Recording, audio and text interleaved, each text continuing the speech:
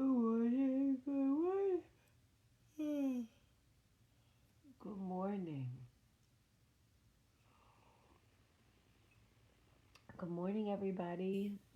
Good morning, good morning. How's everybody doing this morning?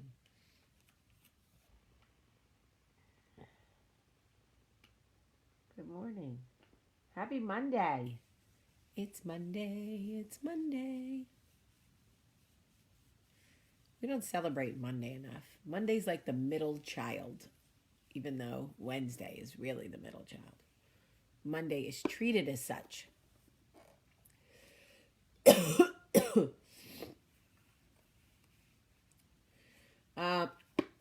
my God. I'm over it. All right, so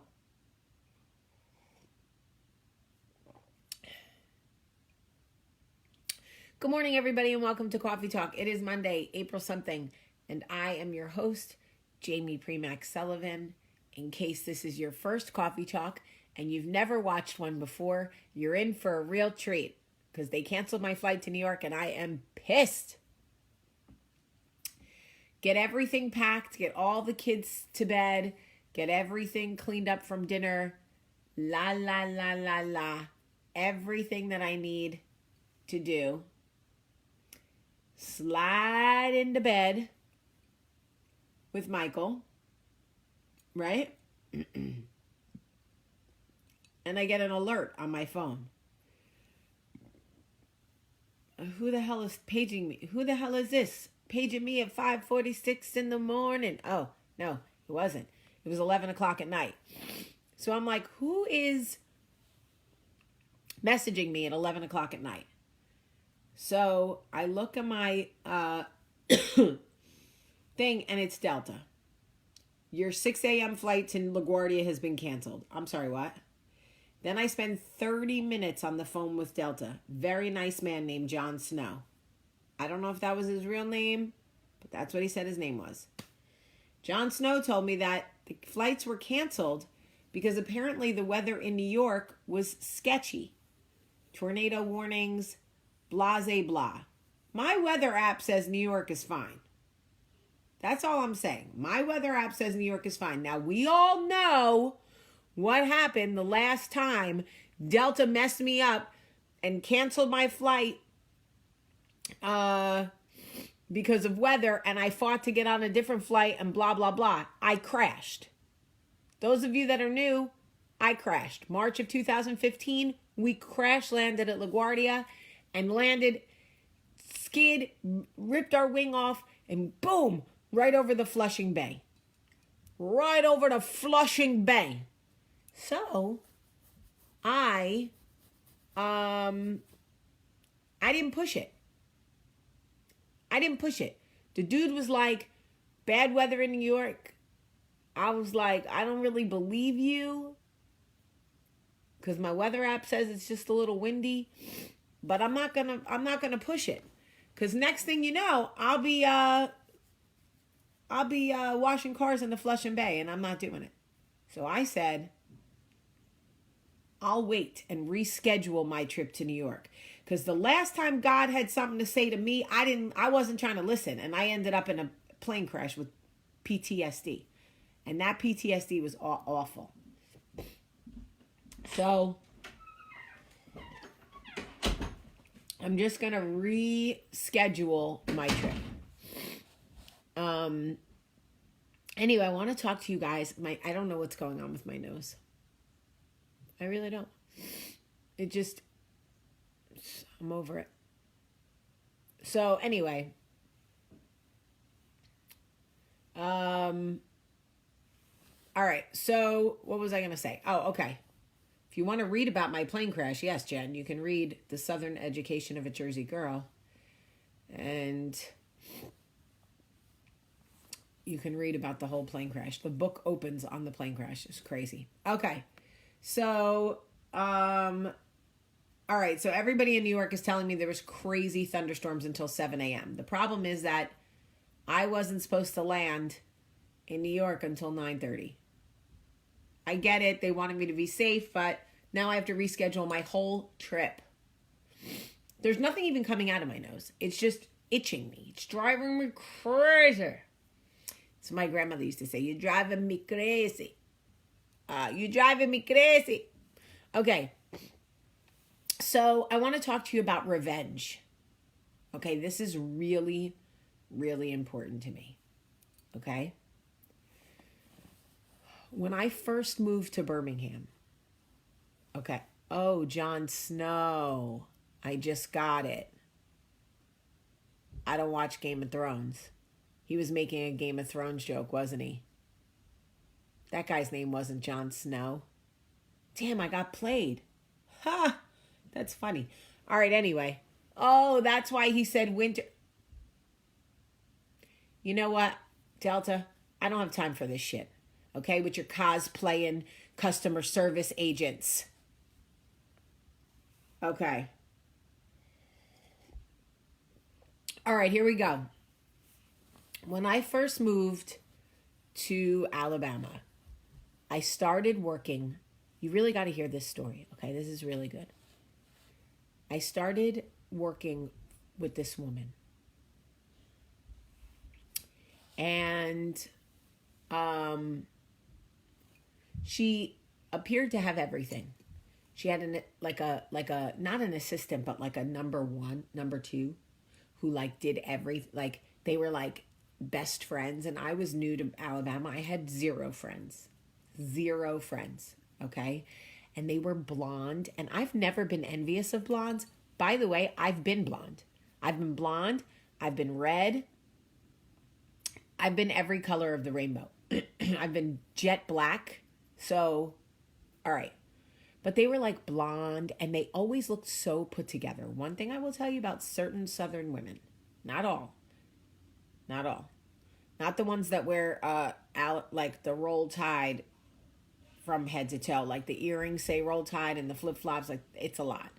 But these women, no, it's not called Roll Tide. What is it called? Houndstooth.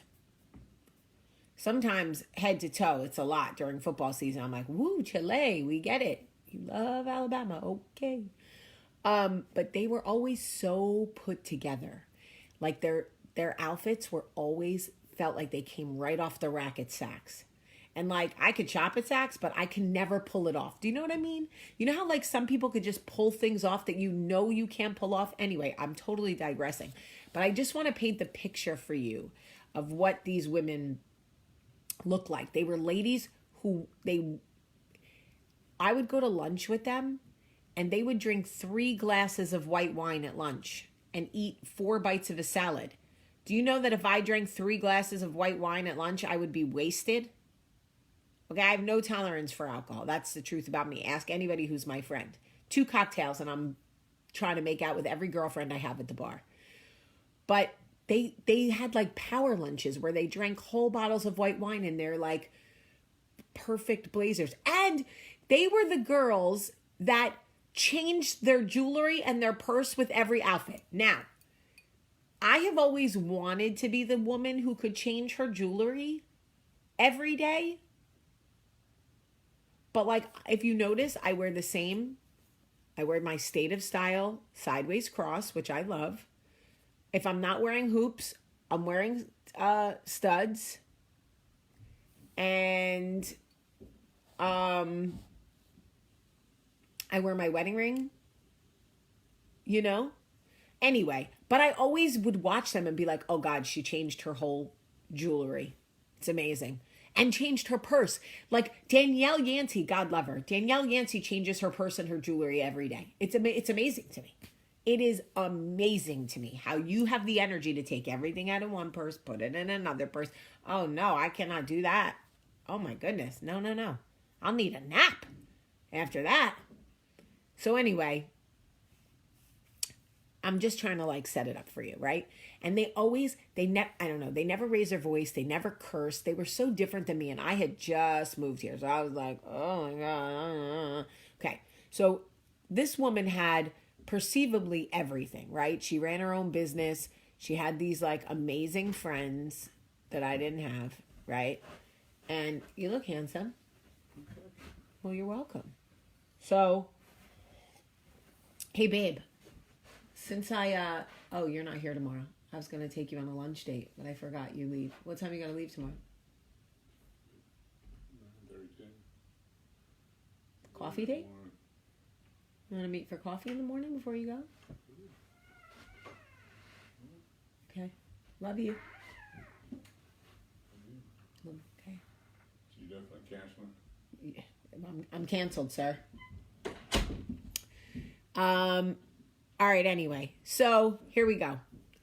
So this woman seemingly had everything. She was running her own business. She had all these friends. She was always so well put together, but she was like nice in the most like condescending way. And I couldn't figure her out. I could write a whole book on my dynamic with this woman because somehow she positioned herself in this weird position of emotional authority, as if she was the mother figure and I was the young girl. And I was so easily manipulated by her that like I shrunk around her and allowed her to discipline me and talk down to me. But it was never like, you work for me. It was always like, I want what's best for you, and cursing is not what's best for you. And here I was in this weird emotional purgatory with this woman who exerted this emotional power over me, this emotional authority, like, right? And I was always like, ugh, and I never felt good around her, right? Anyway, so long story short, she ended up like owing me money, and then like the veil started to fall down. And so I left her, and I was very angry about the way that she treated me. And I was very angry about sort of the things that she said and the things that she did. And I never wanted anything physical to happen to her. I didn't hate her. But like over a few cocktails with the friends that I did make, I may or may not have said things like, if her whole life unraveled like a bad sweater, I wouldn't care. You know, like one of those things, right? So, all right. So fast forward, right? Fast forward years. I am filming in Atlanta. And I see her. And I am a different woman when I see her. Years have gone by. I'm a mother. I'm my business is thriving. I'm making movies. I made a TV show. I'm filming, different projects. And, were you angry because she had a grip on you? Perhaps angry at yourself for allowing it? I don't know that angry is the right word.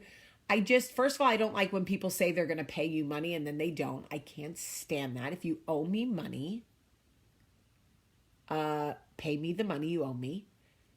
Bitch better have my money. Bitch better have my money. Right? Pay me what you owe me. Jonathan, please stop asking me about deer jerky, honey. I don't even eat beef or pork. I'm definitely not going to eat a deer, but I so appreciate your offer. So anyway, I don't know that I was angry. That's why I said I didn't wish any like ill will.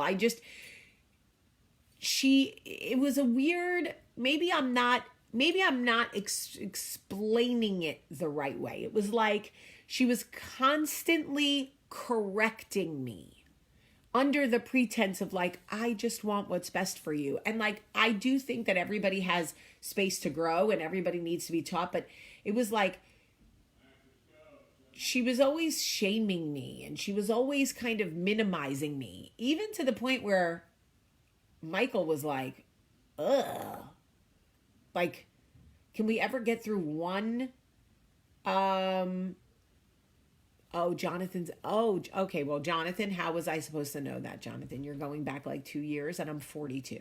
I'm sorry. I didn't realize. Anyway, so her energy was just very, yes, in a way she was trying to groom me. She wanted me to be more like her. And the more that I couldn't fall in line, the more it like annoyed her. And whatever. I wasn't cut out for that person. just wasn't. It's fine. The lesson is not about her. The lesson is about me. So just listen, because we only can learn from the things that we go through, right? Long story short, I'm filming in Atlanta, huge crew, craft service, like a whole thing, right? And I see her. And long story short, nothing about her life was the same. Everything in her life had unraveled and had humbled her in a lot of ways. And there was a time where I really believed that I would have found joy in seeing her humbled, in feeling like I was in a position now to give her advice and to sort of minimize her and say, oh, you're not so amazing, are you? And look at me and what I've built and what I've done. And I will say this about people who are inherently good.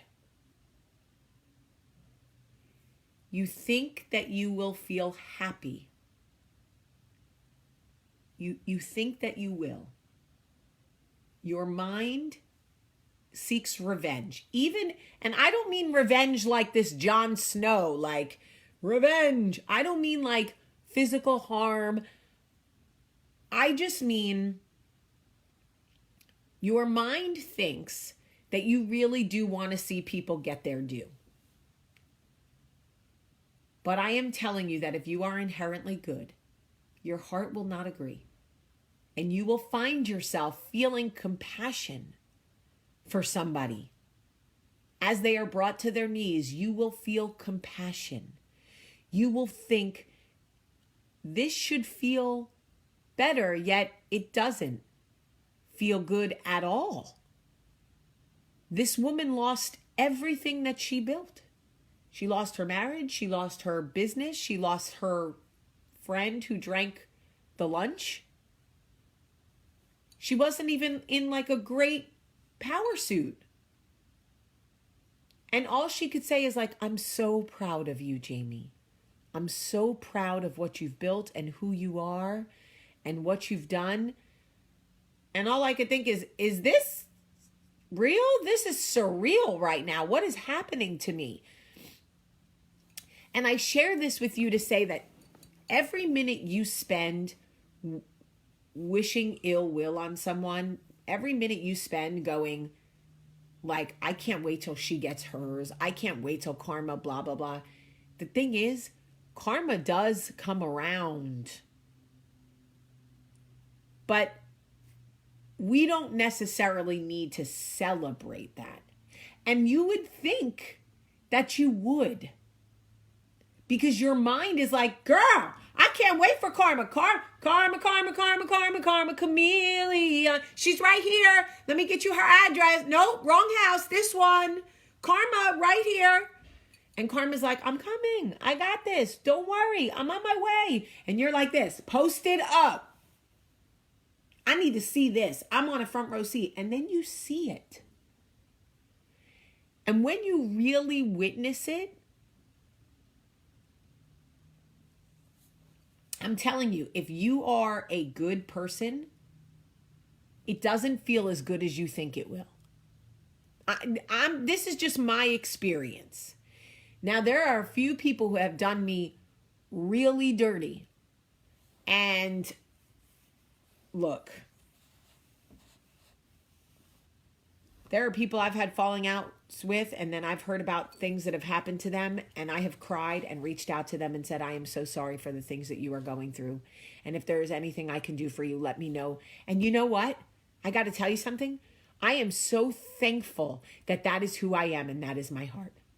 Honestly, because I want to be the person who takes satisfaction in watching their life, other people's lives fall apart. I want to be that person. I want to be like, nah, you did me dirty. I'm going to watch your whole life fall apart. And you know what? It doesn't feel good. I'm just telling you, this is my experience. It doesn't feel as good as you think it will. So while you're wasting all that, I'm not saying you're wasting it, but like, by the way, just so you know, Karma knows where to go. You don't have to tell her. You don't have to scream at her. You don't even have to point out the house. Karma knows. And it just doesn't feel as good as you thought it would. Now, there is one person. There's still one person that I'm like, okay, I still want a front row seat. I'll decide if it doesn't feel good, but I still want to be there when it happens. I just need to be there when it happens. If it doesn't feel good, I'll get up and leave. But Lord, just give me the chance, Lord. Just give me the karma. Don't forget my invitation. I'm going to have, I want to get my hair blown out. I want to make sure I look good when I arrive. It's like a bat mitzvah. It's so weird, like being empathetic and like being a good person. It's so bizarre, When did I become this person? I used to be such a twat. Now I don't like watching people's downfall. What? I swear, sometimes old Jamie is like, who are you, old lady? Who are you? God. I used to be so evil. I was like, this guy. Oh. Lauren Bertuna. Okay, Lauren Bertuna grew up with me. Lauren, tell the people. You knew me in high school. Could you imagine 15-year-old me? Honestly, talking to 42-year-old me? If 42-year-old me would have talked to 15-year-old me and been like, Jamie, I swear to you, you will not feel this angry and miserable for the rest of your life. You will not want to beat everybody up. You will love people. You will pray for them. You will heal them. You will pour into them. You will really, I would have been like, why is this old lady? First of all, she needs a facelift. That's what I would have told myself. You need a facelift. Put on a bra. Nobody wants to see that. Right? It does come with age. Gosh. And you know what's so weird is we get nicer. I grew up in New Jersey, chef. Lauren Bertuna, no way. I'm telling you. Isn't it weird how when we're young, we're not that, or I don't know. We get nicer as we get older. And then we turn into like mean old lady. Why are old people so mean? They're so like, maybe because they're not having sex, probably.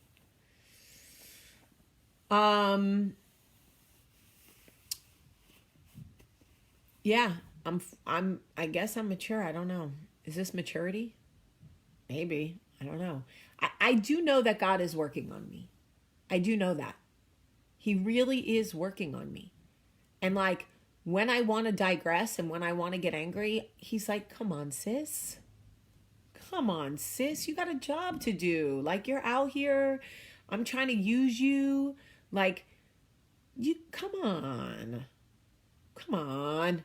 And I'm like, oh, God. I do that to him sometimes. God. He's like, uh-huh. Sometimes it's so annoying. Anyway, I'm just telling you that revenge doesn't feel as good as you think it would. Truthfully. Now, I almost made a sex joke, but you know what? I'm trying to keep coffee talk reverent. I will move my sex jokes to pillow talk. Okay? All right. I love you guys so much. I didn't have anything planned for this morning because I thought I would be on an airplane. So I think I'm going to go for a walk. Who are the people in your neighborhood? In your neighborhood? In your neighborhood? Oh, who are the people in your neighborhood? The people that you did. I want to get another tattoo. Have you ever worked on cooking shows? I did work on a cooking show. I worked on a cooking show with it was celebrity something cook off. Anyway, and it was Wolfgang Puck was my chef, and one of my clients worked with him. We had a good time. It was Kat Cora, Wolfgang Puck, and someone else.